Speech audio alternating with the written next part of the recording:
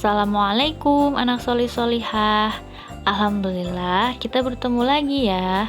Hari ini kita akan belajar Al-Islam di semester 2, pembelajaran 2 bersama Ustazah Farha.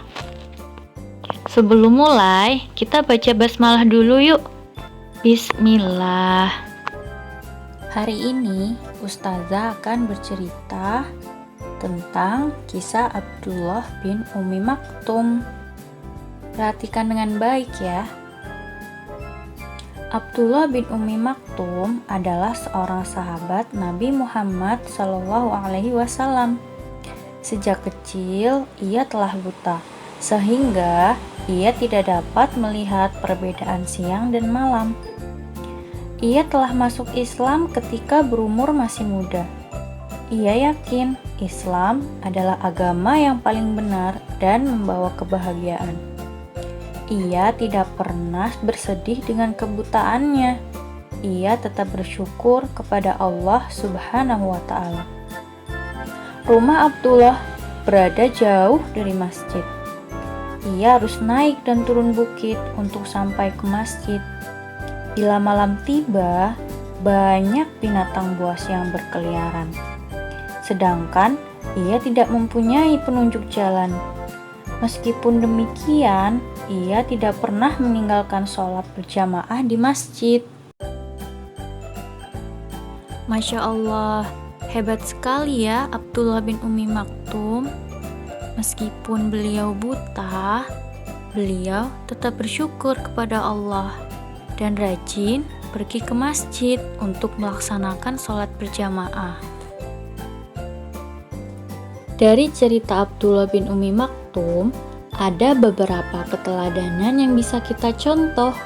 Di antaranya, kita harus lebih bersyukur kepada Allah Subhanahu wa Ta'ala karena kita diberi anggota tubuh yang lengkap dan dapat digunakan dengan baik. Karena Allah menciptakan tangan, kaki, mata, telinga, mulut, dan seluruh anggota tubuh kita itu untuk beribadah kepada Allah Subhanahu wa Ta'ala.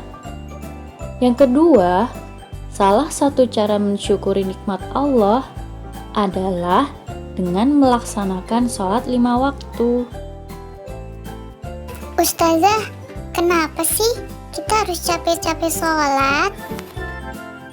Anak solih dan solihah, kita harus sholat karena sholat adalah perintah Allah yang paling utama. Sholat merupakan bentuk rasa syukur kita kepada Allah. Setiap muslim yang rajin sholat akan mendapatkan pahala yang besar dari Allah dan dosa-dosanya akan diampuni loh.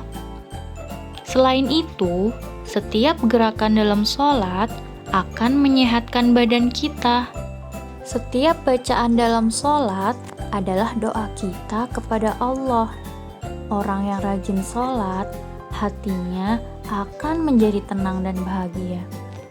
Selain itu, Allah akan melindungi orang yang rajin sholat dari perbuatan tercela. Dan sholat adalah pembeda antara orang muslim dan kafir. Jika seorang muslim meninggalkan sholat, maka ia berdosa besar. Tugas hari ini, silakan anak-anak mengerjakan buku Al-Islam halaman 20. Kemudian difoto dan dikirimkan ke grup kelas masing-masing ya. Sekian dari Ustazah. Semoga bermanfaat. Wassalamualaikum warahmatullahi wabarakatuh.